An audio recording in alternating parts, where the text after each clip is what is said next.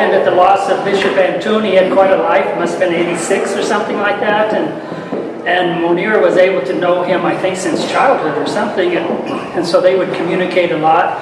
Every time Bishop ANTOUN would come out here, him and Mounir we'd go to the catfish hole, and they would laugh and laugh for hours, telling their Arabic things that they were doing, and so we'd do other things, but it was entertaining. I don't think I'll ever forget Bishop ANTOUN.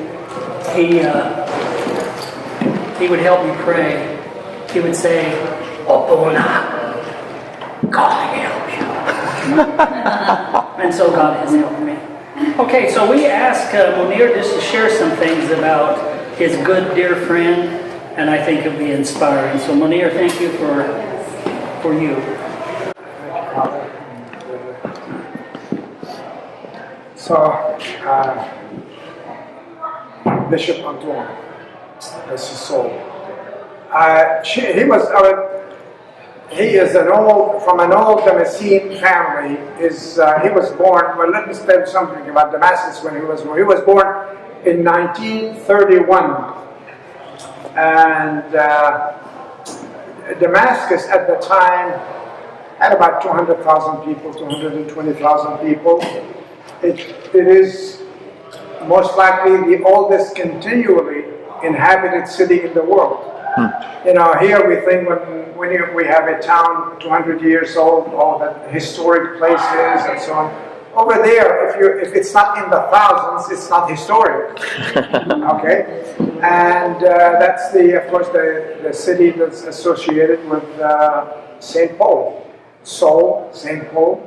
And it's interesting, you grow up in a place like that, you know, you don't think much, this is a special place. I know we used to play where St. Paul went to underground to church in St. Anania, and this is where he restored his vision, and he prayed and converted to Christianity. We used to play there, there's nothing, the Pope went down there, and the patriarchs and people come from all over the world. We think, you know, it's an old place. So you don't realize it until after you leave. Then I said, oh, gee, these are some historic places and highly prized. So at that time, the population at the time, we talk about Greater Syria, and the population of the Christian was something around 40%, but that was including Lebanon today, Syria, and the Palestinians and so on. They were about 40%, but many of those were immigrating. In fact, in North America and South America, there are about, probably estimates vary, but there are about 15, 16 million of Syro-Lebanese origin, and they're predominantly Christians. So they went there, and in fact, today the Lebanese government is trying, the Lebanese politicians are trying to get the Lebanese immigrants and their children and so on to register, to restore their Lebanese ID. So, but sometimes it is sort of encourage them to go visit Lebanon and to vote, because here you have predominantly Christians, and in Lebanon itself the number of Muslims have been increasing, and the Christians is shrinking. Now, going back to 1931, Damascus was about 220,000 people. And the Christians, the population of the Christians of the city was about probably 20%, 18%, 21%, something like that. And the Christians were concentrated in two areas. The largest one was eastern part of the city. It was the area that they called Batuma, and then extension of Al-Aqsa. And then the other cluster was in Midan, the area of Bab al-Sallah, Mahmas, and Qarashi. These are areas in Lebanon. Now in 1860, go back the history. In 1860, there were massacres. They were between Jews and Muslims on one side, encouraged by the Ottomans, and they attacked the Christian villages and Christian towns. There were in Damascus, there were about 5,000 Christians killed were slaughtered in about 1 week. They were massacred, but most of them were in the area of Bab Tuma, Bab Shar'i, and that's the eastern part of the city. The Midan area, when they came to kill the mobs that were hired by the Ottomans, by the Druze, by the Muslims, interesting, the Muslim families of Midan, led by an Algerian prince who was leading the revolt against the French in Algeria. He was exiled to Damascus. Instead of killing him when the French captured him in Algeria, this is going back to the late 1830s, they gave him the choice, they honored him, they gave him the choice of exile. So he selected Damascus, and hundreds of fighters from Algeria went to Damascus with him. And they came there, they were armed, horses, and they surrounded the area of Midan to protect the Christians. Actually, my paternal grandmother was born in 1860, and she was protected by these fighters. You know, all the Christians so the Christians of Midan escaped the massacre. The Christians in Batuma lost about 5,000 in 1 week. In Lebanon, the casualties were even higher. Now, my paternal family is split. I mean, my maternal grandmother is from Damascus, from Midan, and my paternal grandfather is from Lebanon. And there were some of the Lebanese who came to Damascus and stayed in the Midan. In fact, they kept referring to them as Hasbani, Reshani, Kferi. These are the people who came from Lebanon to dwell in that area. Now, why did I go through all of that? Because Bishop, his Grace Bishop ANTOUN, was born of a family in Midan. A poor family, really, a very modest family. And there was no way for the Christians to get rich or well-to-do in there, because if the Aghas, these are like hoodlums, found out that the Christian family have money, they'll start attacking them and robbing. And so they were a very modest family. He was born in 1831. He had a sister. His father's name was Isa, which means like Jesus, like Jesus. And he went to an elementary school, to a Christian, to Orthodox elementary school in Midan. The Orthodox we had at that time, there was one in the Midan, there were 3 in Batuma, there was the St. John of Damascus, then there was the Asiya, which is they refer to it as Greek Orthodox. It's really Greek, but they refer to all the Orthodox in many places in the world as Greek Orthodox. And it has nothing to do with Greek, because they say Greek for the same reason they call the Catholics Roman Catholics. They are not Romans. They come from Poland, from Germany, and so on. But Romans, because they use the Latin language, which is the language of the Romans. The Greeks, the Orthodox, call them Greek Orthodox, but they use the Byzantine or the Greek liturgy in the services. I'll get to this in a minute.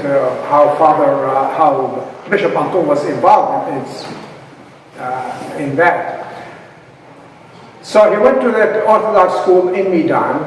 He finished the brevet, which is, brevet, it was the 9th grade, finished 9th grade, and he had to go through, and that was, the French still dominated Syria, and he had to go through a government examination, a battery of standard examination to be able to do it.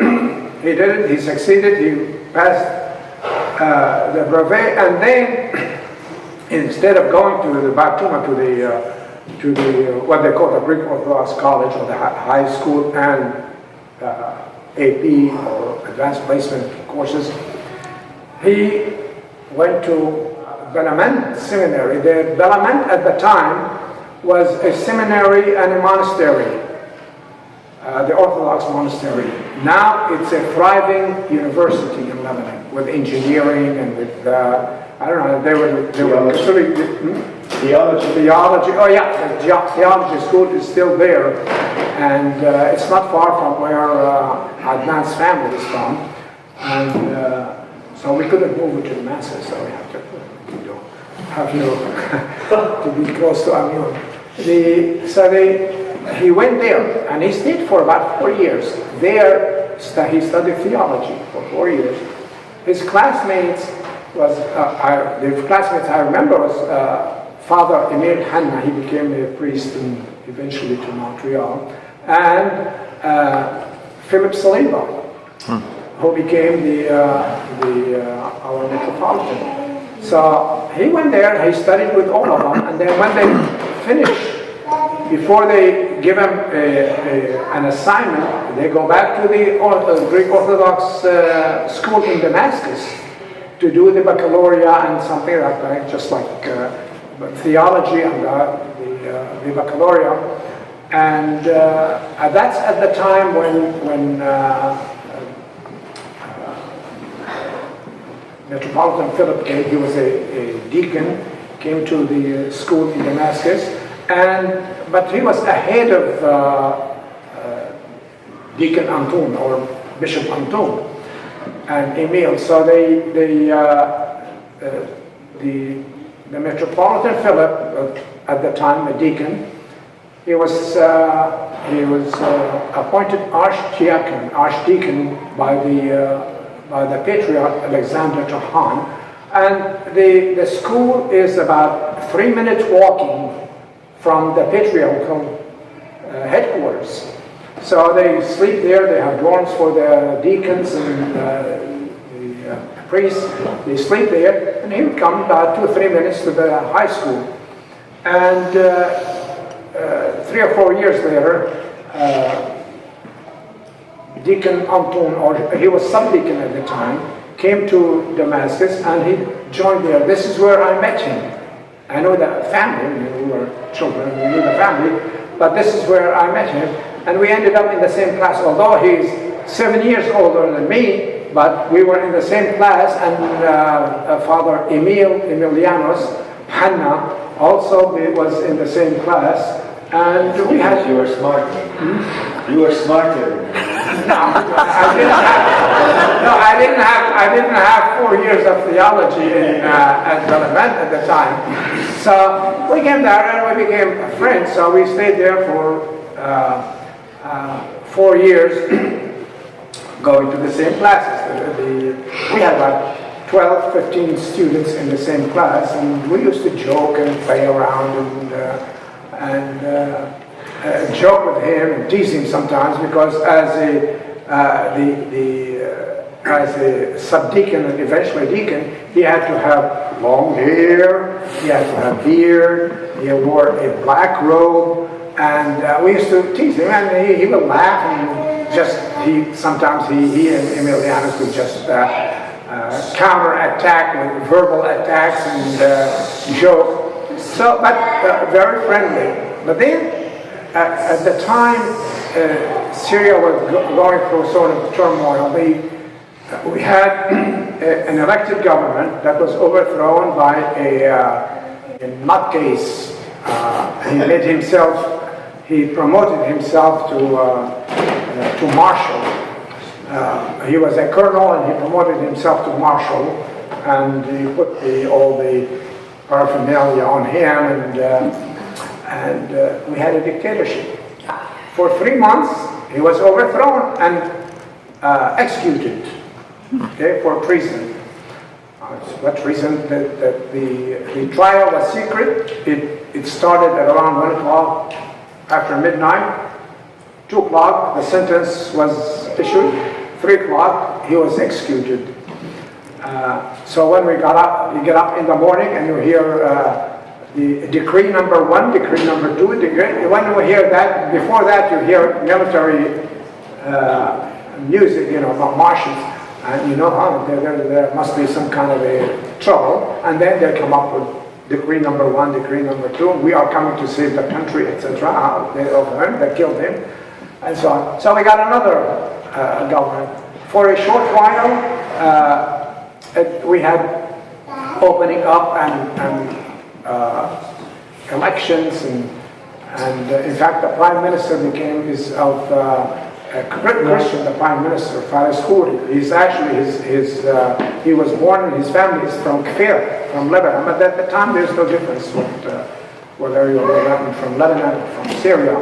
And he became the prime minister, and probably the most honored prime minister in Syria. And he was a legal authority also, and he came to the United Nations, etc. Now, the politics the country became involved in politics, and we had strikes. I was a rabble-rouser in the high school, and Bishop ANTOUN used to tease me about that. I used to lead demonstrations against dictatorships and so on, and ended up one time in jail for a short while. And then what they do, they buzz your hair completely, and they throw that. Now, if I'm involved, if I'm captured in a demonstration again, they can tell right away those whose hair is gone. So I did that, and then and I remember Bishop ANTOUN, bless his soul, would come to say, Mounir, what do you want? What's the trouble? The school, etc. And then I had an uncle who was a qa'im maqam, and then became a wakil hafiz, just like a small governorates in there. He said, what is this with you? The demonstration, one time we were demonstrating in solidarity with Vietnam. He said, what is this? They catch cold in Brazil, you have bellyache in here? You go do your studying. So yeah, and then bless his soul, ANTOUN always would, and Emir Hanna, and said, Mounir, and others, why you keep carrying the ladder, as if I'm trying to walk with the ladder horizontal, carrying him. This is an Arabic saying, Hamid Sidnum bil-Arab, you're trying to walk with carrying a ladder horizontally. So anyway, we used to argue, and then came the patriarch Alexander Khan, ordained him a deacon, and then this is when Philip became archdeacon, and then 2 years later, Tahan died. And then we had a huge conflict within the Orthodox community. Who's going to be the new patriarch? Conflict. Before that we had to have election to like an assembly, the Majlis Milli. These are patriarchal councils. They were, the election here is a Sunday school picnic compared to what they were doing there. Fist fighting and so on over who's going to be the patriarch. And there were two. There's Iskandar Jaha, who's from, he was the metropolitan of Homs. And I think Adnan's father knew him well. He was a teacher in Homs, in the Orthodox school in Homs. And then the other one was Harik, is the metropolitan in Hama, and and then the Holy Synod got together, while crowds and crowds of people out in the patriarchates, out in the streets demonstrating. They want to find out who. Eventually, they settled on a compromise. Metropolitan of Tripoli. His name is Theodosius. Abu Jali. He's the Tripoli, Lebanon. and Adnan's family also knows him well. Very well. Know him well, yeah, in more than one way. But so he was sort of a compromise. He was also old and ready to kick the bucket. But he was a compromise. He was selected. And then, after him, he passed away. We had another repeat. And then they selected another patriarch, Mawlad, Elias Mawlad. He was the metropolitan. He's from Lebanon originally, but he was the metropolitan Archbishop of Aleppo. He became the patriarch, and for a while, and then another election, and we had another patriarch after that. So, Bishop ANTOUN, lived through all of this at the time, and then he wanted to leave the country, and there were Metropolitan Bashir in North America, Metropolitan Sweaty was the emeritus, Sweaty was in Argentina, and there was the patriarch. Firstly, he's originally from Zahnif, is from Brazil. We thought he was going to Argentina because Malatia Sweaty invited him to Argentina, and he left. And we thought he went to Argentina. He came a year later, he came to the United States. He came in 59, I came here in 1960. I knew him from 60 until the time he passed away. He never said a word. All along, I thought he spent that year in Argentina. He never talked about it, but he was actually in Brazil. The person who corrected me was actually our new bishop, Uzon. We will meet him in probably in sometime in February, hopefully. But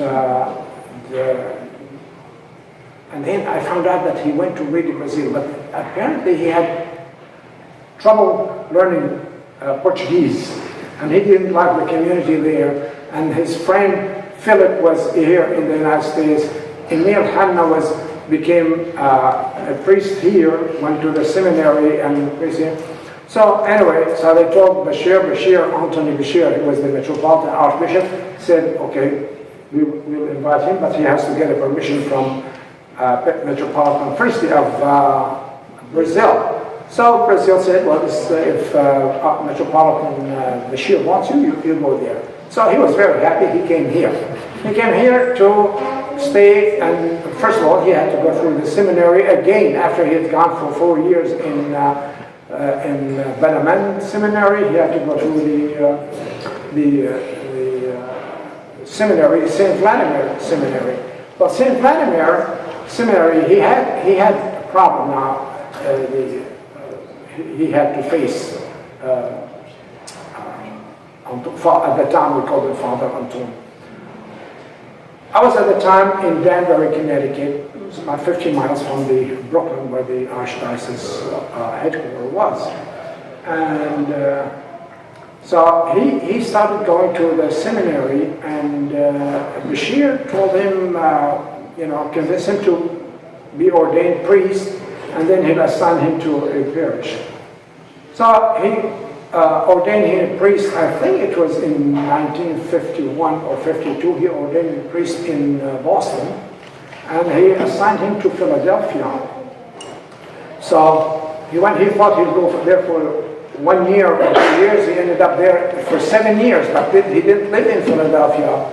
He continued to be in the seminary, first as a learner, as a student, and then as a teacher. And he commuted every weekend. He would go to Philadelphia to be with a small parish in Georgia at the time, in Philadelphia, and would commute back to St. Vladimir. Now, what problems he had in St. Vladimir? Well, not problems, but the challenge. One, learning English. The seminarians there he would teach seminarians from our archdiocese. He would teach them Arabic, and they'll teach him English. So that was the challenge. That's fine. The other challenge was that the liturgy, the service, and so on, the liturgical life in St. Vladimir is different. They follow the Slavic liturgy, the Slavic music. Now, the liturgy, the words, the prayers are identical. The Slavic and the Byzantine Greek that he grew up with in Damascus and all over Syria, Lebanon. The services were in Arabic and in Greek, and the liturgy was in usually Byzantine music. And it's beautiful. And so he had to learn. He had the Byzantine music that he was very competent with, and then he had to learn the Slavic music. So that's the other challenge he had to do. And the mindset of the students who are coming, the Slavic students who are the Russian, the Ukrainian, and so on, who are coming to Vladimir, have a different style, the food, the habits, and so on, different from those who are coming from the Antiochian church, who are pretty much Arabic, Middle Eastern habits, customs, and so on. But you know, it was a collegial community, and they get along. They learn from each other, actually. And the Slavic, the Byzantine service is beautiful. And the Russian is too. The Russian is, you have the great Russian composers work on some of the Slavic, these church hymns and music, and then you have great monophonic, going back to medieval time, the great musicians who developed the Byzantine music, and some of the Greek who added to it, and it's a different way of doing it. And so many of the churches would have the Greek and the English, or the Slavic and the English, and so in fact one time I was went to the old Russian cathedral in New York City. That has to go to. Right. One time I went to Father Torres, who was a theologian, also was our priest for a while in Danbury, Connecticut. He said, "Let's go I'm invited. I have to speak after service at the old Russian church." Okay, so just got in the car, his car, and he was driving. By the way, he drove about 80, 90 miles an hour. Well, you know, if there's an accident, you know where you're going. You're last. I don't, so give me a chance. So we joked a lot. So we got finally there. We were standing on our feet. There were no pews and no chairs in the church. Just all people stand up. We were there for 3 hours. It was in Russian, Slavonic, and English, and so on, and so on. So we were standing for 3 hours, and then finally, after that, Father Paul went and spoke, and then we were invited to eat. You know, the dinner was boiled potatoes. That's it, boiled potatoes and a prayer. That was very filling, and then we got in the car and went back to Danbury. Danbury is only about 50 miles from Brooklyn. And then after 7 years, Bishop ANTOUN, Father ANTOUN at the time, was assigned, well, before that, Metropolitan Bashir passed away. And there was an election, and they selected 3 candidates, and then the one who was selected was Metropolitan Philip. It became Metropolitan Philip. He was a priest in Cleveland. And then he asked his old friend ANTOUN to come and help him in the Archdiocese headquarters in Brooklyn. I've been to that Archdiocese in there. It's a house, and it is so small for the Archdiocese, but that's all they had at the time. So there was a big campaign to raise funds, and then eventually we bought the land in Englewood, New Jersey, and then built a beautiful Archdiocese headquarters, a church, and then it was expanded several times and moved several times in there. It's a beautiful area. So he worked with Metropolitan Philip all along with to do that, and then unfortunately Metropolitan Philip had a heart attack, and he asked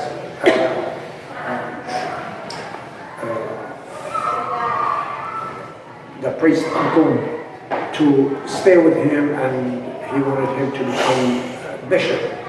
And it had to go through against the politics of the Holy Synod in Damascus, and then finally they approved him. He was appointed auxiliary bishop something about 30 years ago. So he became auxiliary bishop, and he stayed in the Archdiocese, but stayed in the Archdiocese as the headquarters. But he was traveling all over the country. The church was expanding all over the country, and Metropolitan Philip was not so easily mobile that he could go from place to place as the rigors of travel. So ANTOUN, Bishop ANTOUN by name, was traveling and doing a lot of work.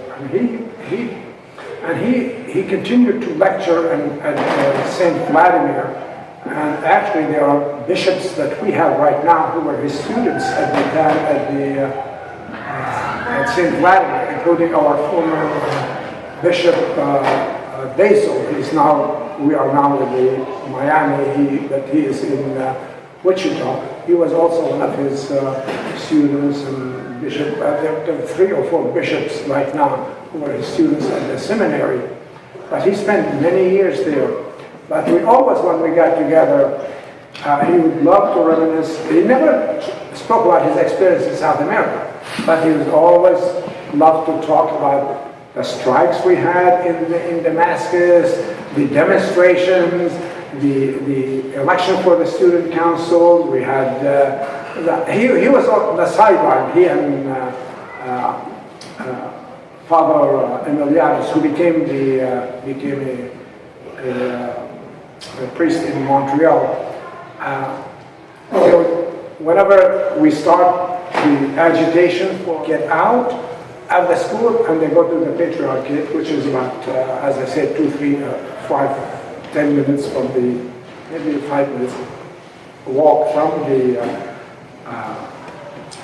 the school. He helped also with he helped in Damascus. He helped with teaching. He taught at the St. John of Damascus elementary school. That's the school I went to. And actually, my aunt was a principal for about 20 years. She had a stroke, and then the school board asked the government if they can send somebody already trained to be principal for a year at least until we find someone. And they had my sister. My sister was a public school teacher, so she was a principal for a year. And then after that, she went back to the public schools, and Father ANTOUN became the principal of the school. I think it was 57, 58, he became the principal. And these were some years. In 1956, Britain, Israel, and France invaded Egypt. Actually, it started a war between Egypt and Israel, and then the French and British got involved in that war. How did they get involved? Well, there was a Treaty of Constantinople for waterways that controls the canals in that area, including the Suez Canal. That treaty was that in case there is a threat for navigation in that Suez Canal, the French and British will take over the administration and so on. Well, what happened, when Israel invaded, there was a plan that conducted by Ben Gurion, the Prime Minister of Israel, Guy Mollet, the Prime Minister of France, and Anthony Eden, Prime Minister of England. They all agreed that this is the plan. Israel attacks. They say that there is a threat to navigation in the Suez Canal. The two of them came with ship and they want to take the Suez Canal. They thought 24 hours, maybe 48 hours they'll take it. For 7 days, the fighting went on and on and on, and they couldn't go beyond the mouth of the Suez Canal. The Egyptians were fighting, that's their right. They would not allow the canal to be taken over. And then Syria, many volunteers from Syria went there. In fact, one of them became famous, Jul Jamal. He was in the Navy, in the Syrian Navy.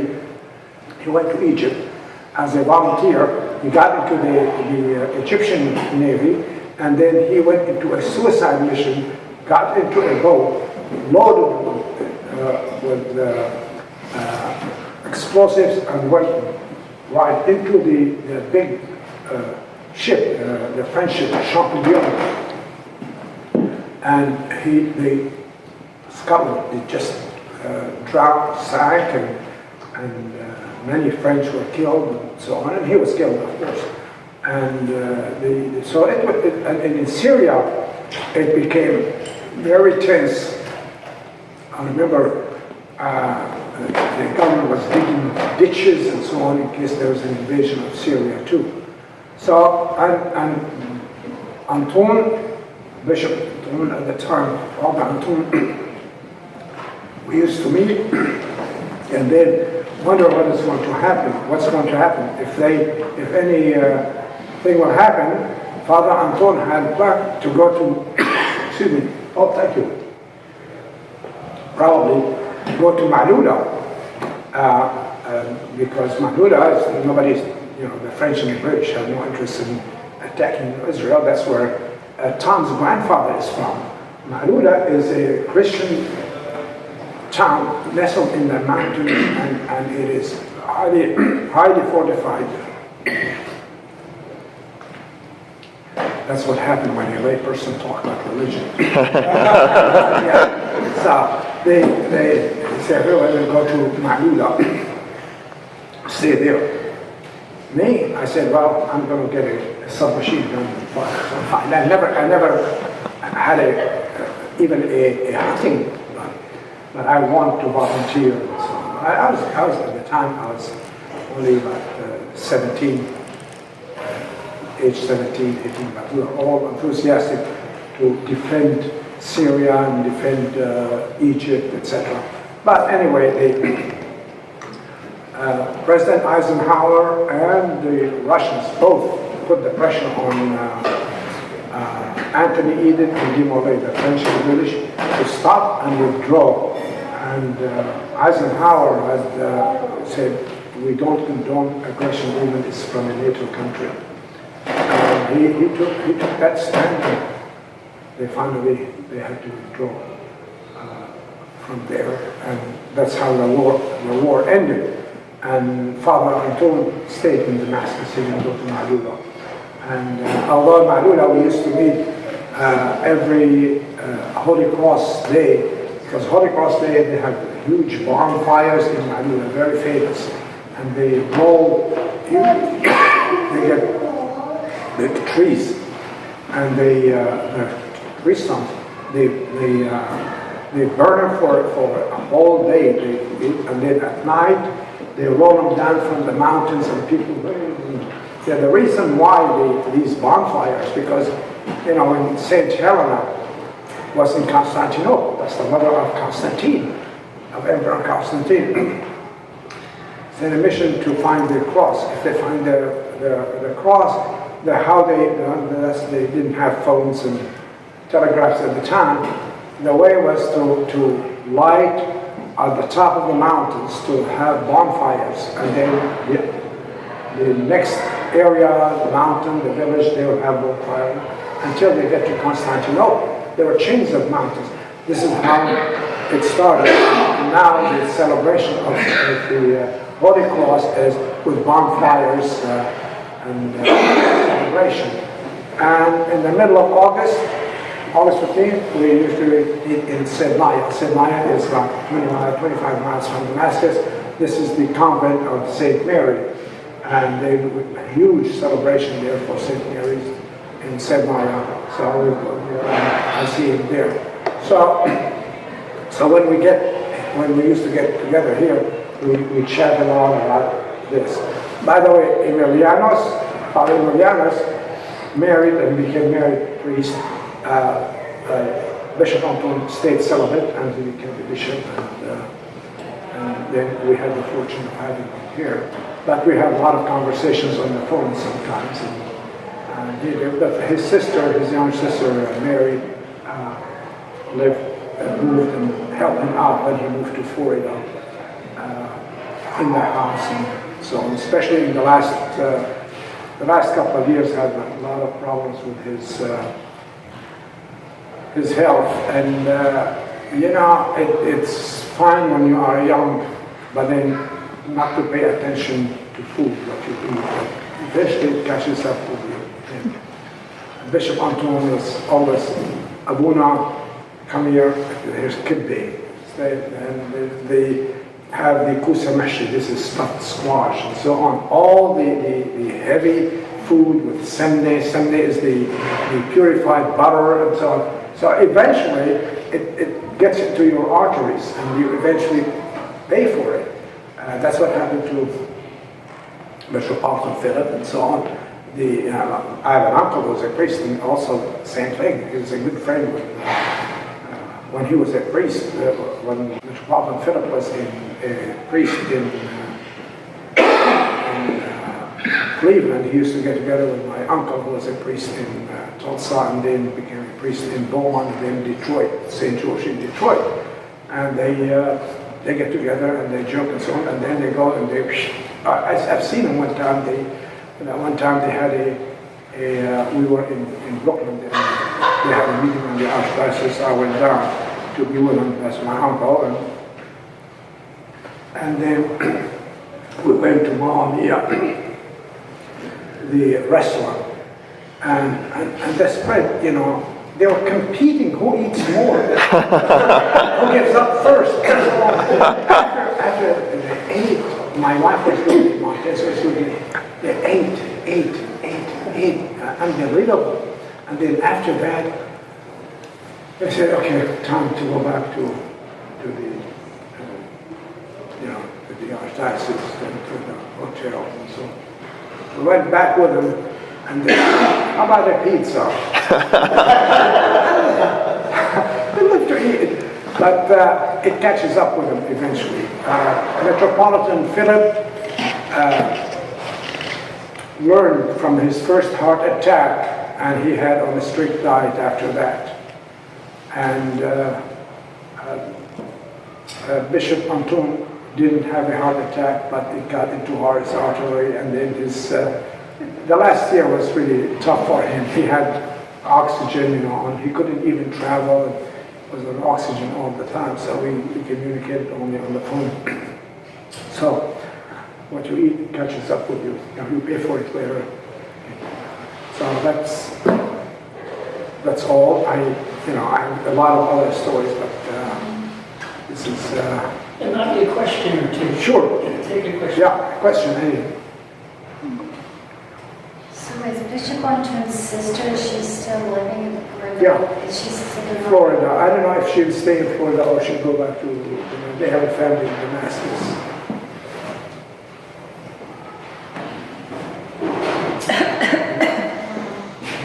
So the question question on when Metropolitan Philip was selected on Metropolitan, you said that we had not expanded very much in the United States at that time. So how many bishops elected him Metropolitan?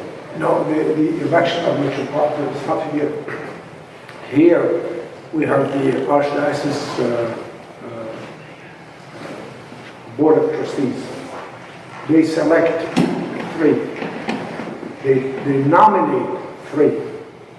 And in the Holy Synod in Damascus, where all the metropolitans from South America, North America, from Lebanon, Syria, Iraq, and so on, they get together at a meeting and they select the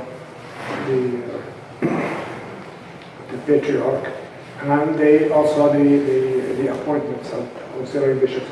At the time, we had a problem here in the United States. In the Orthodox Church, in our own church, we had 2 archbishops, one in Toledo, Ohio, and he had a number of churches with him, and then Metropolitan Bashir, and he had a number of churches with him. When Metropolitan Philip took over, still divided. And they got to the point of competing. In fact, some places, remember, I was in Canton, Ohio.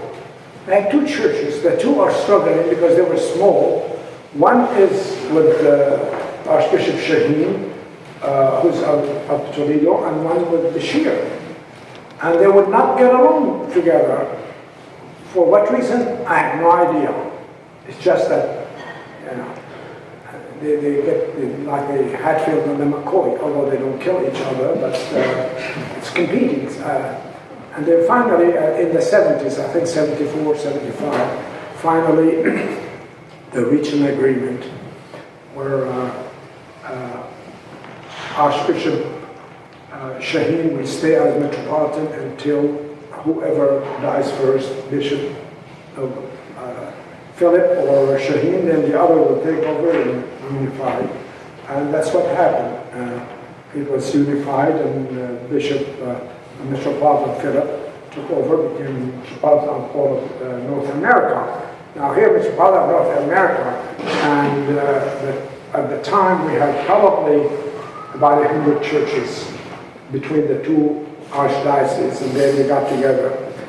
And then it became very tough for one metropolitan bishop to visit all of these. He needed help, and especially after he had his first heart attack. He pleaded with the Holy Synod to appoint an auxiliary bishop.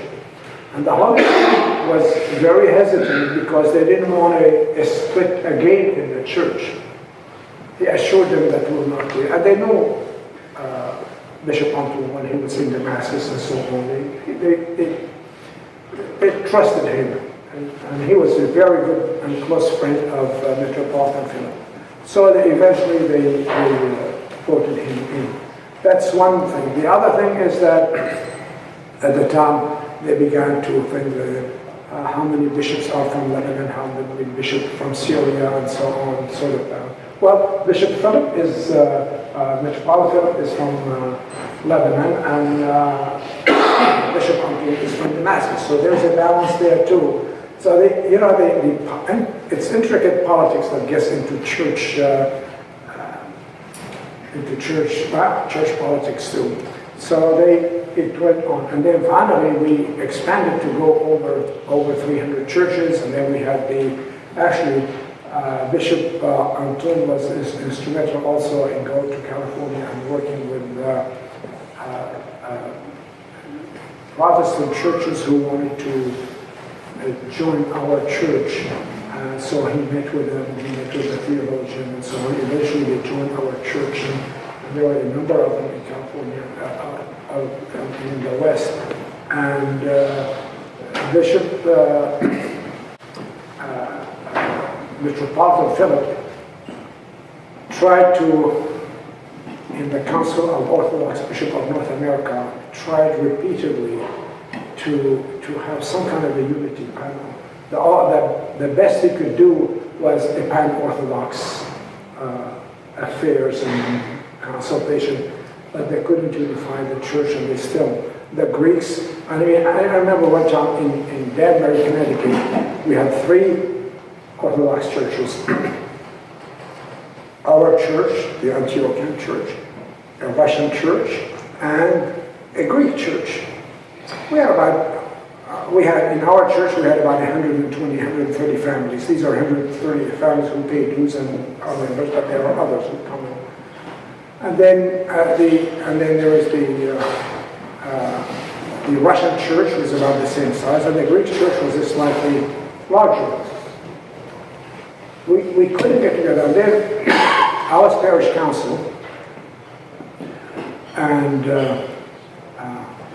I befriended the Greek minister also, Greek priest.